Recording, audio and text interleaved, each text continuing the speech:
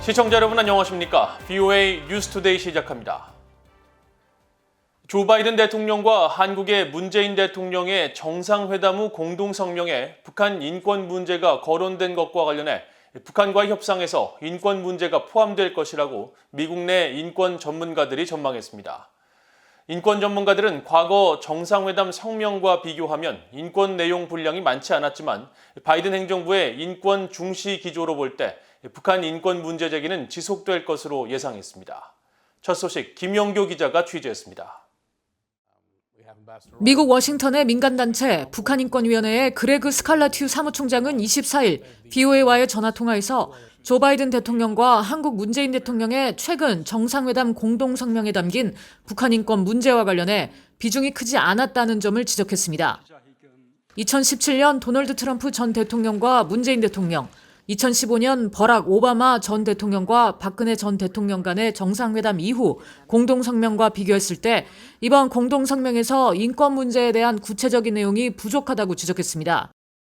하지만 북한과의 대화에서 인권이 포함될 것으로 예상했습니다. Well, I think that they very lightly touched upon the issue. It was not completely ignored. I don't think they made a decision to dwell too heavily on human rights. The agreement is that the door toward dialogue and diplomatic engagement is open. And, somehow human rights also seems to be part of the equation. 로버타 코엔 전 국무부 인권 담당 부차관보는 공동성명 부속서에 담긴 미국과 한국의 민주주의 거버넌스 협의체 설립 합의를 주목하면서 바이든 행정부가 북한 인권 문제에 더 관여할 것으로 내다봤습니다.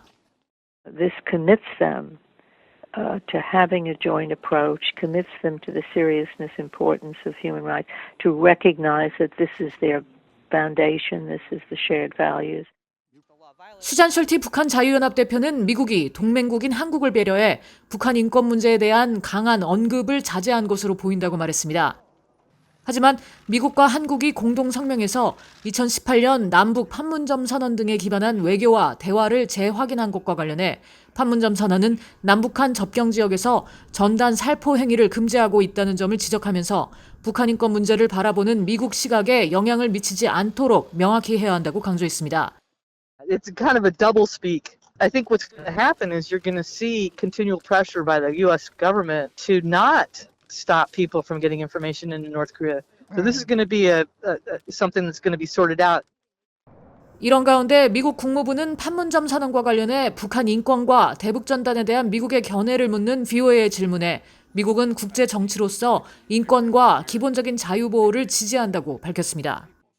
국무부 대변인실 관계자는 그러면서 미국은 한국과 같은 소중한 동맹국과 함께 전 세계적으로 표현의 자유를 증진하고 지원하고 있다면서 북한으로의 자유로운 정보 흐름을 장려하고 있다고 밝혔습니다. VOA 뉴스 김현경입니다. 최근 한국의 미사일 지침 종료 발표에 대해 미국 내 안보 전문가들은 대체로 환영하는 분위기를 보였습니다. 전문가들은 특히 이번 미사일 지침 종료 발표가 영내 군사적 불균형을 해소한다는 차원에서 필요한 조치라고 분석했습니다. 김동현 기자가 전해드립니다. 미한 정상회담을 계기로 한국의 미사일 사거리와 중량에 대한 미사일 지침을 전면 폐지하기로 한 데 대해 월러스 그렉슨 전 국방부 아시아 태평양 담당 차관보는 환영 입장을 밝혔습니다. 냉전 시절 지상 발사형 중단거리 탄도 또는 순항미사일의 생산과 실험, 배치를 전면 금지하는 데 합의한 INF, 즉 중거리 핵전력 조약에 따라 미사일 사거리에 제한을 뒀던 미국과 비교할 때 북한과 중국은 어떤 구속도 받지 않았다면서 이번 발표는 그런 영내 불균형을 다시 재조정하고 억제력을 회복시킨다는 의미가 있다고 지적했습니다. It reverses an imbalance where the United States and the Republic of Korea were limiting the range of our weapons, but North Korea and China recognized no limits on their weapons. So this helps to restore deterrence. 게리 세이모 전 백악관 대량살상 무기 조종관은 이번 결정에 대해 실제적 조치보다는 상징적 측면이 크다고 지적했습니다. 클린턴 행정부와 오바마 행정부에서 한국과의 1, 2차 미사일 지침 개정 협의에 깊이 관여했던 세이모 전 조종관은 이미 800km 이하 미사일에 대해 사거리와 탄두 중량 제한을 모두 해제한 4차 개정만으로도 충분히 북한을 억제할 수 있다고 말했습니다. I don't think South Korea really views China as a military threat. And, you know, even if you want to talk about Japan, the 800 kilometers is more than enough. So, as I say, I think this is a symbolic gesture. 브루스 베넷 랜드 연구소 선임 연구원은 미국 정부의 관점에서는 이번 한국 정부의 발표가 미국의 영내 중거리 미사일이나 장사정포 배치와도 밀접하게 연계되는 사안이라고 분석했습니다. 한국이 사거리 1,500km 이상의 미사일을 보유하게 될 경우 중국은 향후 동일한 사거리를 보유하고 있는 주한미군의 미사일 배치에 대해서도 반발할 여지를 찾기 힘들 수 있다는 설명입니다. 실제로 미국 육군은 극초음속 미사일, 사거리 1,000km 이상의 전략 장사정포 개발을 추진하고 있습니다.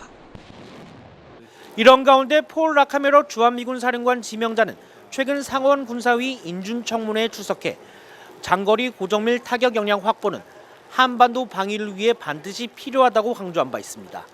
VOA 뉴스 김동현입니다.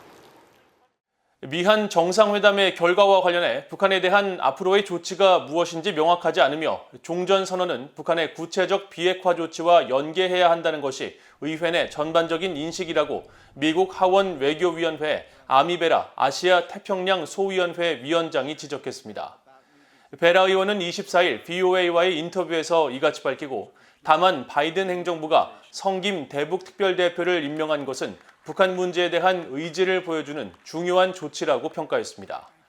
또 대북 협상에서 미국이 원하는 한국의 역할은 파트너이며 문재인 정부는 한국전 종전선언을 강조하는 등 때로는 미국보다 빨리 움직이고 있는 것 같다고 우려하면서 한국전쟁 종전선언은 북한의 구체적인 비핵화 조치와 연계해 검토해야 한다는 것이 의회 내 전반적인 인식이라고 밝혔습니다.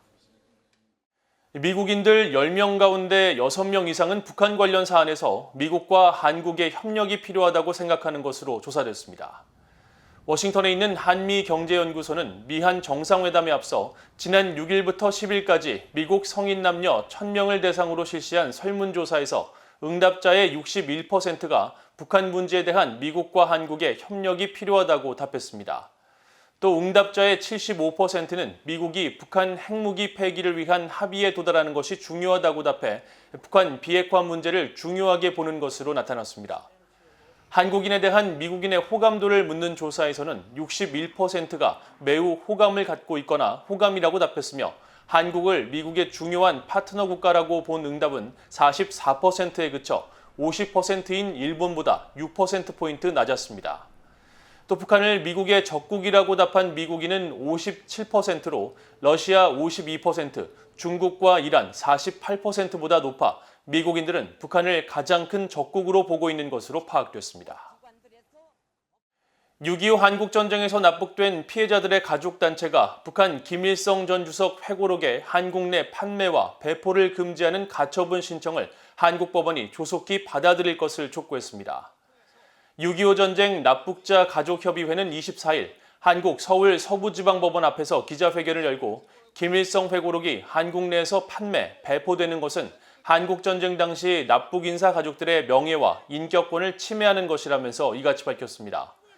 납북자 가족협의회 측은 이어 북한은 전쟁으로 인한 납북 사실을 인정하지 않고 법적 책임도 지려하지 않고 있다면서 한국 법원은 김일성 회고록 판매 금지 가처분 신청을 즉각 받아들이고 한국 정부는 한국 국민에게 위해를 가한 북한 지도부에 법적 책임을 반드시 물으라고 촉구했습니다.